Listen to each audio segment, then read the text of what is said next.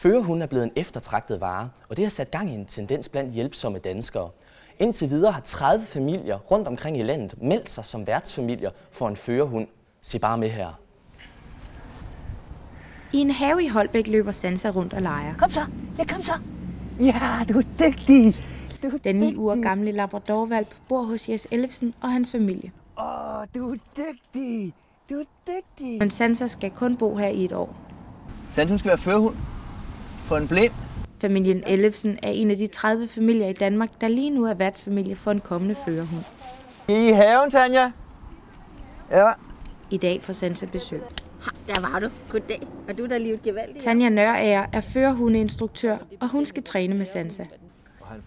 De skal træne, men inden da skal de voksne lige have en snak om Sansas udvikling. Så når hun har sat sig, så kald hende væk. Ja. Kald på hende, og så giv hende en godbid for at skynde sig væk derfra. Ja. Og så kan træningen endelig begynde. Så giver jeg hende en godbid for at følge med. Så gør en lille smule.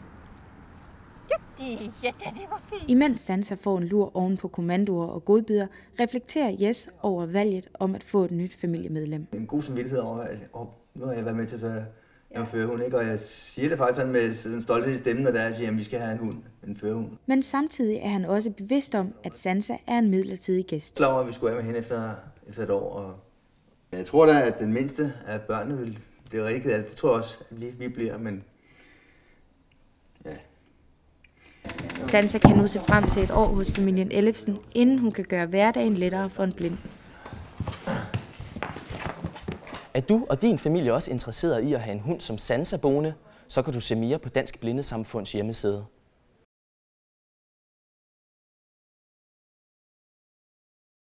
Det vigtigste, hun sådan kan, det er, at hun skal kunne være alene hjemme. Hun skal komme, når man kalder, og hun skal gå pænt i snoren. Det er de 3 grundting, som er allervigtigst. Så skal hun selvfølgelig være sød og imødekommende.